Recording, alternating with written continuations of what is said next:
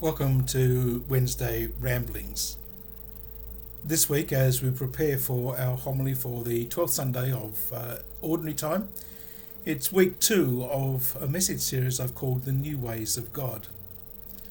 In fact, they're not new ways, but it's just inviting us to think and look slightly differently at how God works in our day and in our time. We can see a little bit of the influence of the new ways of God in the Gospel reading from last Sunday, where we heard the parable of the sower sowing his seed, and the second parable of the mustard seed as being a symbol of the kingdom of heaven. God was working in ways that people didn't understand to produce the fruits of the seed, first the blade, then the ear, then the grain in the ear, and then in the mustard bush, even though it was a weed, to provide shelter for the birds of the air. God was working in the midst of what was a troubled time. But for the people that Mark was writing to, they were people who were under desperate pressure, expelled from the synagogue in Jerusalem and the temple. They were being mercilessly slaughtered and made to be scapegoats for everything in Rome. And yet there was a sense of hope.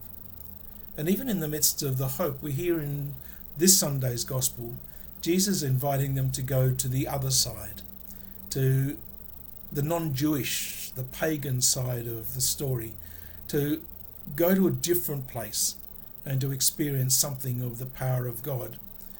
We don't know why Jesus invited them to go there or said that that's where they were going, but they met a storm on the lake that night, and as they were travelling, the storm was so powerful that they were in danger of being swamped.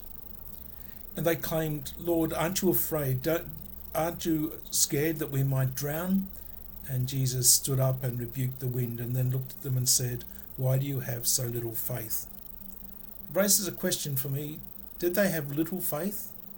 Or did they have faith knowing that Jesus was with them, and all they were doing is asking him to actually exercise his power and his splendour? We don't always know the answer, but somewhere in the story, God's way was being revealed, that God would be with them in the midst of their troubles and trials, and that God would be by their side.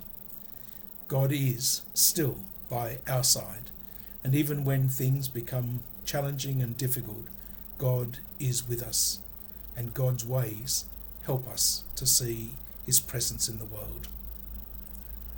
Look forward to catching up with you on the weekend if you're able. If not, please join me next time for my Wednesday ramblings and reflections on the Sunday scriptures. God bless.